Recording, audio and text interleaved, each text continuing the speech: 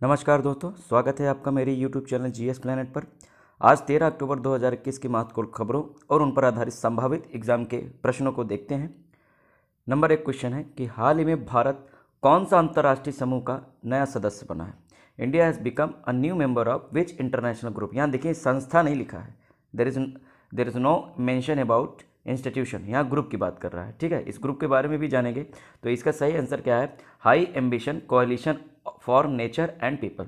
ये कैसे किस तरह का समूह है, किस क्षेत्र में कार्य करता है, इसके बारे में भी पढ़ेंगे। लेकिन एक और चीज़ जो मैंने ऑप्शन में यहाँ पे नाम दिए हैं, आप लोग की ये ड्यूटी है कि जैसे CDRE coalition for disaster and relief initiative, disaster management के लिए ये अंतर्राष्ट्रीय संगठन बनाया गया है इंडिया की पेशकश पर। इसके बारे में 2-4 लाइन पढ़ लीजिएगा। पढ़ लेने का स्थापना कब हुआ था, ठीक है, भारत मेंबर कब बना है, ठीक है, और काम क्या करती है, हेडक्वार्टर क्या है, ठीक है, ये देख लीजिएगा। और हेडक्वार्टर तो कुछ होगा नहीं, तो ग्रुप है। रेड क्रॉस सोसाइटी जो कि क्या करती है, ये उनके लिए काम करती है जो युद्ध में घायल हुए लोग होते हैं या शरारती होते हैं, उनके लिए काम करती है। तो इसके बारे में थोड़ा सा देख लीजिएगा, कब स्टैब्लिश हुआ था, ठीक है, किस क्षेत्र में काम करती है। एक और है डॉक्टर विदाउट बॉर्डर्स। ये भी क्या करते हैं कि ऐसे मेडिकल सर्विसेज देते हैं जो सीमाओं से बाहर जाके देते हैं, तो ये भी है। और ये इसके बारे में तो अभी हम पढ़ने जा रहे हैं, तो इनके बारे में भी थोड़ा थोड़ा आप लोग देख लीजिएगा, एग्जाम में पूछ लिए जाते हैं। तो देखते हैं, India joins high ambition कोalition for nature and people. ठीक है, ये रामेश्वर प्रसाद गुप्ता जी ने जो है ये मेमोरेंडम इनको सौंपा है। ये क्या है, सेक्रेटरी है, क्या है बच्चा, सेक्रेटरी है ministry of environment and forest and climate change. समझ में आ रहा है? तो आप लोग ये बताइए हमको कि पर्यावरण वन एवं जलवायु परिवर्तन मंत्री कौन है। ये आपको कमेंट करना होगा कि कौन है इस समय जो है पर्यावरण मंत्री। पर्यावरण मंत्री कौन है? ध्यान दीजिए, सेक्रेटरी हैं, सेक्रेटरी जो अधिकारी होता है। क्लियर है? तो उन्होंने दस्तावेज सौंपा कि भैया इंडिया को ये मेंबरशिप स्वीकार है। ठीक, India joins high ambition कोalition for nature and people. ये क्या करती है, देखिए, ये एक ऐसी कोalition है, ऐसा ग्रुप है, इसमें 70 देश शामिल हैं। ये क्या करती है, लोगों को इनकरेज करती हैं एडॉप्शन ऑफ द ग्लोबल गोल, एक वैश्विक उद्देश्य पूरी करने के लिए कि 30% ऑफ वर्ल्ड का लैंड और ओशन, मतलब समझिए जो वर्ल्ड है यानी कि दुनिया है, दुनिया में कितना है, 71% वाटर है, शेष क्या है, 29% क्या है, लैंड है। तो ये जो 29% है, इसका 30% हम लोग क्या करें, रिकवर करें, और 71% का भी 30% क्या करें, रिकवर करें, उसको प्रोटेक्ट करें। इस तरह से इनका जो है ये इनिशिएटिव है। क्लियर है? लोगों को जागरूक करेंगे, देशों को जागरूक करके। तो इंडिया पहला ब्रिक्स कंट्री की बात करें, ब्रिक्स मतलब ब्राज़ील, रशिया, इंडिया, चाइना और साउथ अफ्रीका, इन 5 जो सबसे बड़ी उभरती हुई अर्थव्यवस्थाओं का एक ग्रुप है, इनमें भारत पहला ऐसा देश बन गया जो इस ग्रुप का मेंबर बना है। ठीक, तो यहाँ से भी प्रश्न बन सकता है। और ब्रिक्स के बारे में हमने ऑलरेडी पढ़ाया था कि ब्रिक्स की स्थापना कब हुई थी, 2006 में। इसकी पहली बैठक कब हुई थी, 2009 में। ठीक है, और 2010 में साउथ अफ्रीका इसमें शामिल होता है। इसके पहले ये ब्रिक नाम से जाना जाता था। और अभी ब्रिक्स के हालिया में 2021 में बैठक किस देश में हुई है, इसकी अध्यक्षता किसने की, ये भी आपको पता होना चाहिए। तो किसने किया है, इंडिया ने किया है। अगली अध्यक्षता किसको मिलेगी, चाइना को मिलेगी। ठीक है, तो ये ब्रिक्स के बारे में होगा, और बाकी ये ऑर्गेनाइजेशन के बारे में हो गया। ठीक है, ये न्यूज़ आप पढ़ लीजिएगा, हिंदी में भी इंग्लिश में भी है। सेकंड क्वेश्चन, हाल ही में किस संस्था द्वारा state of the education report for India 2021 जारी किया है? मोस्ट इंपॉर्टेंट, इस रिपोर्ट के बारे में बहुत ज़्यादा क्वेश्चन पूछे जाते हैं कि कौन जारी करता है। ठीक है, और दूसरी बात, जो लोग UPSC या किसी भी स्टेट की जो PSC PCS की तैयारी कर रहे हैं बच्चा, मेंस में लिखने के लिए ये इसकी रिपोर्ट पढ़ लीजिएगा, बहुत इंपॉर्टेंट होते हैं। मैंने यहाँ पे स्क्रीनशॉट लगाया हुआ है, तो वो लोग पढ़ सकते हैं। वनडे एग्जाम वाले नहीं पढ़ेंगे, ठीक है, मजे लेने के लिए पढ़ सकते हैं, भाषण और देने के लिए, कभी आपको शिक्षा पर कुछ बोलना है तो इस रिपोर्ट को कोट कर सकते हो। समझ में आया? पहली बात कर लेते हैं कि state of the education report for India 2021 ये जो है हर साल जारी होता है। तो इस बार 2021 का ये जारी हुआ है। तो ये प्रत्येक वर्ष किसके द्वारा जारी होता है, यूनेस्को इंडिया के द्वारा जारी होता है। प्रश्न नहीं उठता यूनेस्को भाई, क्यों? क्यों यूनेस्को क्या क्या है, UN की एक एजेंसी है। क्या है बच्चा, ये एक यूनाइटेड नेशन की एक एजेंसी है जो किसके लिए काम करती है, एजुकेशन के लिए काम करती है, कल्चर के लिए काम करती है। और ये दोनों एजुकेशन और कल्चर में साइंटिफिक रिसर्च के लिए कार्य करती है, उसको साइंटिफिकली बढ़ावा देने के लिए कार्य करती है, ग्लोबल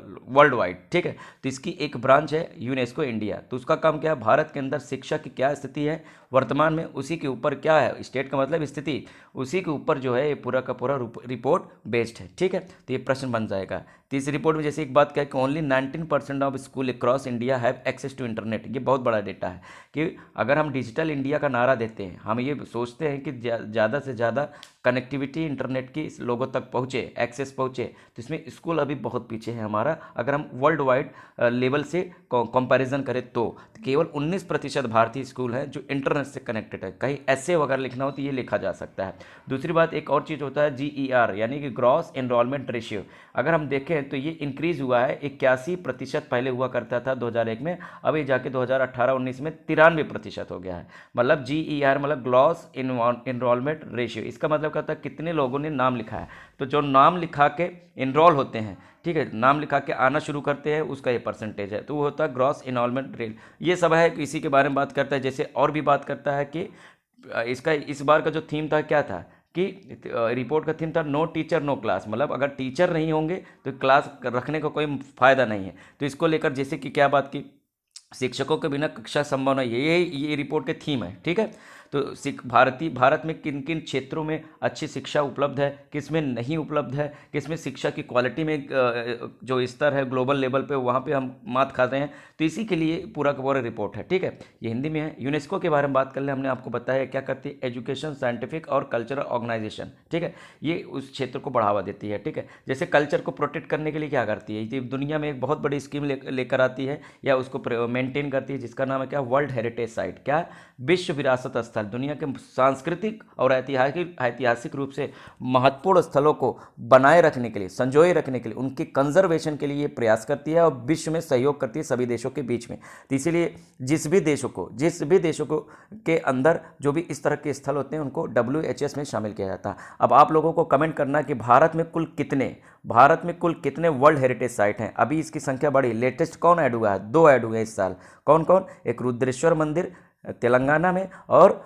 जो है दूसरा लोथल कहाँ, गुजरात में, ठीक है। ये हड़प्पा सभ्यता की एक महत्वपूर्ण स्थल थी। तो ये 2 को शामिल करने के बाद भारत में WHS की संख्या कितनी हो गई, ये आपको कमेंट करना है और कमेंट जरूर करिएगा, ठीक है। यूनेस्को की बात कर ले तो ये हमने बात कर ली, इसका हेडक्वार्टर कहाँ है, पेरिस। ये भी बहुत एग्जाम में पूछा जाता है। स्थापना 1945 में हुई थी लंदन में स्थापना हुई थी, लेकिन इसका हेडक्वार्टर कहाँ है, पेरिस में। तीसरा क्वेश्चन आज का, बतुकम्मा त्यौहार किस राज्य में मनाया जाता है। Bathukamma festival is celebrated in which state. तो ये बच्चा कहाँ मनाया जाता है, बताओ। ये मनाया जाता है तेलंगाना में। कहाँ मनाया जाता है, तेलंगाना है, ठीक। देख लेते हैं, Bathukamma festival begins in Telangana. ये कब मनाया जाता है, नवरात्रि के दिन, 9 दिन ये मनाया जाता है, ठीक है। बतुकम्मा ये एक तरह से फ्लोरल फेस्टिवल है, फूलों से सजाया जाता है, ठीक है। औरतें श्रृंगार करती हैं, उसको सेलिब्रेट करती हैं, इसी तरह से ये होता है। नवरात्रि के दिन, नवरात्रि के समय ये मनाया जाता है, कहाँ, तेलंगाना में, ठीक है। बतुकम्मा फेस्टिवल याद रखिए कहाँ मनाया जाता है। एक और चीज़ है, तेलंगाना के कुछ और महत्वपूर्ण फेस्टिवल जो एग्जाम में पूछे जाते हैं, जैसे ये SSC में बहुत बार पूछा जाता है, बोनालू फेस्टिवल भी कहाँ मनाया जाता है, तेलंगाना में मनाया जाता है, ठीक है। बोनालू के अलावा इवालू और फिर जतारा, जहाँ कहीं भी जतारा लिखा होगा वो समझ लेना कहाँ पे, तेलंगाना है। तो इसमें सबसे ज़्यादा एग्जाम में जो पूछा जाता है वो है नागोबा जतारा, जो आदिवासियों के द्वारा मनाया जाता है। नागोबा जतारा और बोनालू फेस्टिवल, ये बहुत ज़्यादा इंपॉर्टेंट है, ये दोनों याद रखना, ठीक है। आओ तेलंगाना के बारे में बात कर लेते हैं बच्चा। तेलंगाना जो कि आंध्र प्रदेश से अलग होकर बना हुआ राज्य है, और उसकी स्थापना कब हुई थी, 2014 में, ठीक है। इसके इस समय के प्रेजेंट गवर्नर कौन है, Tamilisai Soundararajan is the governor of this state. Chief minister कौन है, के चंद्रशेखर राव, क्या है, के चंद्रशेखर राव। और यहाँ के नेशनल पार्क इंपॉर्टेंट कौन कौन से हैं, Rajiv Gandhi national park, Mahavir Harina national park, K Brahmananda Reddy है, ये रैली नहीं है, रेड्डी है, ठीक है, रेड्डी है। और इसकी राजधानी क्या है, हैदराबाद, ठीक है। तो ये यहाँ के बारे में हो गया। चौथा क्वेश्चन आज का, राष्ट्रीय डाक दिवस कब मनाया जाता है। When national post day is celebrated on, कब मनाया जाता है। देखिए ये प्रत्येक 10 अक्टूबर को मनाया जाता है। कब मनाया जाता है, on every 10th October it is observe. एक और चीज़, ये राष्ट्रीय वाला है। अंतर्राष्ट्रीय डाक दिवस पूछ लिया जाएगा तो कब, तो वह 9 अक्टूबर को मनाया जाता है, इसलिए नहीं मैंने शामिल किया क्योंकि ऐसे ही बता दे रहा हूँ। 9 अक्टूबर को अंतर्राष्ट्रीय डाक दिवस और 10 अक्टूबर को राष्ट्रीय डाक दिवस यानी नेशनल पोस्टल डे मनाया जाता है, ठीक है। देखिए यहाँ पर national postal day celebrated on every 10th October and it is an extension of world post day which is celebrated on 9th अक्टूबर। हमने ऑलरेडी बता दिया कि 9 को वहाँ मनाया जाता है, 10 को यहाँ मनाया जाता है, ठीक है। National post day is celebrated to mark the role played by the Indian postal department in over 150 years. जो 150 सालों में नेशनल पोस्ट ने भारतीय विकास में जो योगदान दिया है तकनीक के रूप में या सेवाओं के रूप में, उसी को सेलिब्रेट करने के लिए मनाया जाता है। अब भारतीय पोस्ट की बात कर रहे हैं तो इसका एक इतिहास जान लेते हो, जहाँ से क्वेश्चन बनता है। Evolution of Indian postal service, मतलब भारत में पोस्ट सेवा का विकास। तो आपसे पूछा जाएगा कौन सा पहला व्यक्ति था जिसने भारत में पोस्टल सिस्टम को लागू किया। तो बहुत सारे लोग लॉर्ड डलहौजी लगा देते हैं, बिल्कुल गलत हो जाएगा। पहली बार जो स्थापित किया था किसने किया था? वॉरेन हेस्टिंग ने, जो भारत का नहीं बंगाल का पहला गवर्नर जनरल था। कहाँ का गवर्नर था? बंगाल का गवर्नर जनरल था, ठीक है, 1773 से लेकर 84 तक, ठीक है। यहाँ पर ध्यान दीजिए, governor general of British India. British India उस समय ब्रिटिश जो शासन था, ईस्ट इंडिया कंपनी का शासन था, केवल बंगाल में था, इसलिए बंगाल का गवर्नर जनरल था, पूरे इंटायर इंडिया का नहीं था, ठीक है। Open the post to the public in March 1774। देखिए क्या होता है, ईस्ट इंडिया कंपनी जब भारत में आती तो ये कंपनी आपस में मेल करती थी। मेल का मतलब संदेश एक दूसरे को भेजती थी, लेकिन पब्लिक के लिए इसे खोला गया कब? 1774 में। ये एग्जाम में पूछा जाता है कि पहली बार पोस्टल सेवा की शुरुआत कब हुई थी? पब्लिकली कब हुई थी? वॉरेन हेस्टिंग के द्वारा 1774 में, ठीक है। फिर क्या हुआ? पोस्ट सर्विस में और ज़्यादा क्या हुए? सुधार किए गए। तो 1837 में एक्ट लाया गया, पोस्ट ऑफिस एक्ट। अभी भी देखिए क्या, पोस्ट से रिलेटेड जो भी लॉज बने हुए हैं सारे आर्काइक लॉज हैं, यानी पुरानी लॉज है, ये इसका सोर्स कहीं ना कहीं क्या है? पोस्ट ऑफिस एक्ट है, ठीक है। Reserve the government the exclusive right to convey letters in the territories of East India Company. जितने भी ईस्ट इंडिया कंपनी के टेरिटरीज थे वहाँ आपस में ये क्या कर सकते हैं? वर्ल्ड वाइड, ध्यान दीजिए, पूरी दुनिया में कि जहाँ कहीं ईस्ट इंडिया कंपनी के टेरिटरी थे तो आपस में वो क्या कर सकते थे? पोस्टल व्यवहार कर सकते थे। तो इसके लिए एक्ट है। तो एक्ट पूछा जाएगा 1837 में। एक और चीज़, फिर ये सारी सर्विसेज शुरू हो गए तो एक इंपॉर्टेंट इसमें चरण आता है पोस्टल स्टाम्प। स्टाम्प क्या होता है आपको पता होता है? स्टाम्प क्या होता है? सरकारी एक मुहर होती है जिसके माध्यम से ये प्रमाणित कर दिया जाता है कि ये जो चिट्ठी ली जा रही है, दी जा रही है, इस पर सरकार की नज़र है और इसको लेकर किसी भी तरह की कोई दिक्कत नहीं है। तो प्रमाणित करने के लिए स्टैम्प दिया था और उसके बदले सरकार क्या लेती है? शुल्क लेती है, ठीक है। तो first postal stamp in India was introduce on 1 जुलाई 1852। आपसे पूछा जाए भारत में पहला स्टैम्प कब बना था? तो 1852 में कहाँ पड़ा था? शिंदे डिस्ट्रिक्ट। ये कहाँ पर है? शिंदे जिला कहाँ है? ये महाराष्ट्र में, शिंदे जिले में इसकी शुरुआत हुई थी। फिर होता क्या है? पोस्टल, ये तो शुरुआत हो गई थी, लेकिन पब्लिकली कब इसे लागू किया? पब्लिकली 1854 में लागू किया। किसके द्वारा? लॉर्ड डलहौजी थी। ये है पोस्टल स्टैम्प सर्विस, यहाँ से शुरू होता है। एग्जाम में पूछा जाएगा पोस्टल स्टैम्प सर्विस का जन्मदाता कौन है? तो लॉर्ड डलहौजी। पोस्टल सर्विस की शुरुआत करने वाला कौन है? Warren Hasting. यहाँ लोगों से गलती हो जाती है, ध्यान दीजिएगा। तो 1774 पोस्ट सेवा की शुरुआत। 1837 में क्या होता है बच्चा? पोस्ट ऑफिस एक्ट आता है। 1852 में क्या होता है? पहला पोस्ट स्टैम्प शिंदे डिस्ट्रिक्ट में चालू किया जाता है और 1854 में इसे पब्लिकली ओपन कर दिया जाता है, ठीक है। हाँ, अगला क्या है? हाल ही में किसे एस्ट्रोनॉमिकल सोसाइटी ऑफ इंडिया द्वारा आर्यभट्ट पुरस्कार मिला है? रिसेंटली हुआ has been awarded Aryabhata award by astronomical society of India. Astronomical का मतलब क्या होता है? खगोली। तो खगोली भारतीय समाज के द्वारा किसे ये अवार्ड दिया गया है? तो टेसी थॉमस, जिन्हें मिसाइल महीना कहा जाता है भारत की, उनको नहीं मिला है, चिंता मत करो। जी सतीश रेड्डी, ये क्या है? अभी वर्तमान में DRDO के चीफ हैं, इन्हीं को मिला है, ठीक है। तो जी सतीश रेड्डी जी को क्या मिला है? आर्यभट्ट पुरस्कार मिला। आर्यभट्ट के नाम से क्यों भैया? क्योंकि आर्यभट्ट भारत का पहला सैटेलाइट था। एग्जाम में पूछा जाता है भारत के द्वारा प्रक्षेपित किया गया पहला सैटेलाइट कौन था? तो आर्यभट्ट था। दूसरा कौन था? रोहिणी था, ठीक है। तो आर्यभट्ट ये 1774 में पहली बार जो है क्या किया गया था? ये भारत के द्वारा अपना पहला सैटेलाइट लॉन्च किया गया था, ठीक है। हालांकि हमने पूरा तैयार नहीं किया था, विदेशी सहयोग से किया था, लेकिन ठीक है, भारत ने शुरुआत तो कर दी थी। तो इसीलिए आर्यभट्ट के नाम पर स्पेस में या इस तरह से रिलेटेड जो भी सेवाएं हैं उसमें जो बेहतरीन काम करता है उसे इस सोसाइटी के द्वारा अवार्ड दिया जाता है। तो इस समय डॉक्टर जी सतीश रेड्डी, जो कि क्या है?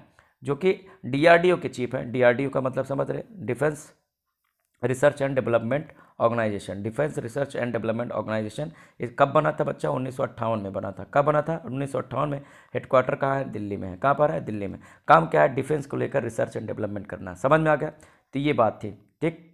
अगला लास्ट क्वेश्चन आज का, कि हाल ही में किस केंद्रीय मंत्री ने दून ड्रोन मेले को हरी झंडी दिखाई? Recently which union minister had flagged of Doon drone festival? एक तरह का ये फेस्टिवल के लिए हरी झंडी दिखाई गई है, ठीक है। तो इसके सही आंसर क्या है? ज्योतिरादित्य सिंधिया, जो कि क्या है? खेल मंत्री है। क्या है? सॉरी, खेल नहीं, नागरिक उड्डयन मंत्री है। क्या है? नागरिक उड्डयन मंत्री, यानी सिविल एविएशन मिनिस्टर। ये क्या होता है? जो सिविल के लिए, मतलब नागरिकों के लिए जो उड़ान सेवाएं होती है उसके लिए ये जिम्मेदार होते हैं। इन्हीं की साइन हुआ तब जाके एयर इंडिया का क्या किया गया? टाटा ने खरीदा। समझ में आया? ठीक है, जैसे कल हमने कवर किया था। देखिए, civil aviation minister Scindia flags off Doon drone mela. तो दून का मतलब समझ में जाओ कहाँ? उत्तराखंड। उत्तराखंड में दून है। दून कहाँ? दून जैसे देहरादून। ये देहरादून क्या है? उत्तराखंड की राजधानी। तो वहाँ पर ये हुआ है। वहाँ की जो रिवर रिवर स्पोर्ट्स होते हैं, जैसे कि राफ्टिंग हो गया, बंची जंपिंग हो गया, पैराग्लाइडिंग हो गया, इस तरह के स्पोर्ट्स को बढ़ावा देने के लिए ये फेस्टिवल वहाँ आयोजित होता है। दून क्या होता है बच्चा, कितने लोग जानते हैं? नहीं जानते, कोई बात नहीं। देखिए क्या होता है, जो हिमालय है, हमारा हिमालय है, हिमालय वो 3 श्रेणियों में है, 3 रेंजेस हैं। सबसे उत्तर वाला जो है, जो सबसे ऊंचा है, उसे क्या बोला जाता है? महान हिमालय। महान हिमालय मतलब ग्रेटर है, ग्रेटर हिमालय। बीच वाला क्या कहलाता है? लघु हिमालय। क्या कहलाता है बच्चा? लघु हिमालय, यानी कि लेसर हिमालय कहते हैं, या इसे मिडिल हिमालय भी कहते हैं। और नीचे वाला जो ये वाला पोर्शन, इसे बोलते हैं शिवालिक की श्रेणी, या इसे निम्न हिमालय भी कहते हैं। ठीक है, तो हिमालय की कितनी श्रेणियाँ हैं? शिवालिक, लघु और महान। जो ज़्यादातर ऊंची चोटियाँ हैं वो महान हिमालय में पाई जाती हैं। ठीक है, ये बात हो गई। तो जो शिवालिक की श्रेणी है, जो मान लीजिए ये शिवालिक है, तो इसका एक होता है ईस्टर्न पार्ट और दूसरा होता है वेस्टर्न पार्ट। ठीक है, ऐसे समझिए। तो वेस्ट पार्ट में भी क्या पाए जाते हैं? क्या पाए जाते हैं? घाटियाँ पाई जाती हैं। क्या पाई जाती हैं? वैली पाई जाती है। समझ में आया?